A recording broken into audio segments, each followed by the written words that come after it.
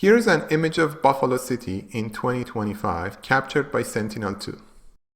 Buffalo is suitable for image enhancement practice because it contains built-up structures, forested and agricultural patches, shoreline and river features, and exposed surfaces, allowing you to see how enhancement techniques improve contrast, texture, and feature separability across very different land cover types. At first glance, the image probably looks muted and low contrast to you. Buildings blend together, roads are difficult to follow, and vegetation appears dull. The information about the study area is there, but it is hidden in the pixel values. Image enhancement is the process of improving the readability of satellite data. There are a number of different enhancements you can use to improve satellite data. Let's look at some of the most common. A linear stretch expands the darkest and brightest pixel values to fill the display range. In remote sensing, the display range is the minimum and maximum pixel values used to stretch image data for visualization on a screen. In this case, after applying a linear stretch, major highways have become visible as continuous gray lines.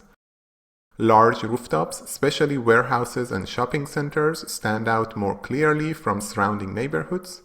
Parks and tree-lined areas begin to visually separate from concrete surfaces. This happens because the linear stretch increases contrast by redistributing pixel values across the full display range, amplifying subtle spectral differences between materials such as asphalt, rooftops, vegetation, and concrete so they become visually distinguishable. However, very bright objects such as reflective roofs or parking lots are now emphasized in the image, and other details have been reduced, such as shadows, small streets, and low-contrast residential features. These types of trade-offs are a normal part of image enhancement. When you change how an image is displayed, some aspects increase in prominence while others decrease.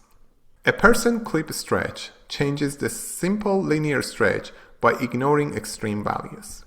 With a 1 to 99% clip of the same image, residential areas become more identifiable. Individual city blocks are easier to distinguish, and the contrast between neighborhoods, green spaces, and industrial zones improves. Shadows cast by tall buildings no longer overwhelm nearby streets, making urban structure easier to interpret. A gamma correction redistributes brightness toward midtones.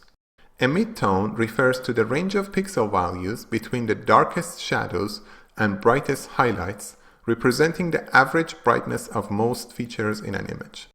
Lower gamma values brighten mid-range features such as streets, mid-rise buildings, and mixed residential areas. Tree canopies show more texture, and street grids become easier to follow without over-brightening rooftops or water bodies.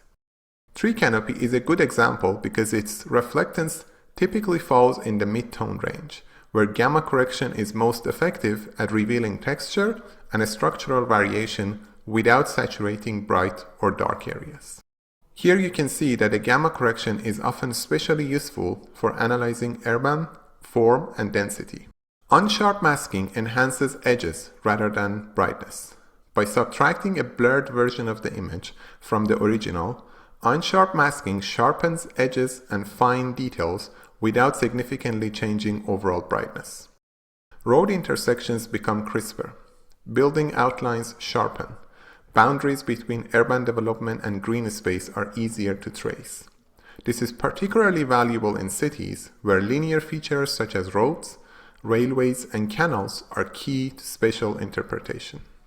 By now you have probably realized that image enhancements become practically powerful when they are used together. For example, when person clipping is combined with sharpening, the image becomes both visually clear and structurally informative. You can now distinguish transportation corridors, residential versus industrial zones, vegetated parks versus impervious surfaces, urban edges, and growth patterns.